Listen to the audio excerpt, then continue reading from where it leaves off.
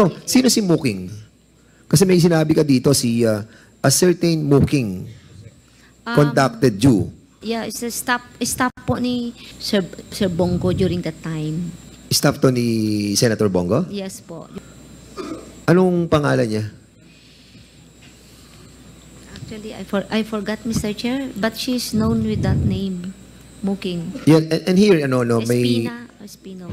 Espina. Espina or Espino. The one in green po, Peter Parungo, Pedro, known as Pedro po. Ah, yun nasa kulay green na sa kaliwa, Yes po. yun ang Peter Parungo. Yes. At na nanggagaling ang instruction at ang pera doon kay alias Muking.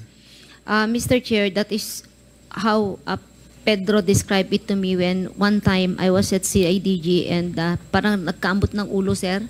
Sabi ko, Ano sabi niya? Sabi ko, uy, bakit? Naku, ma'am, baka ma-amlak na ako.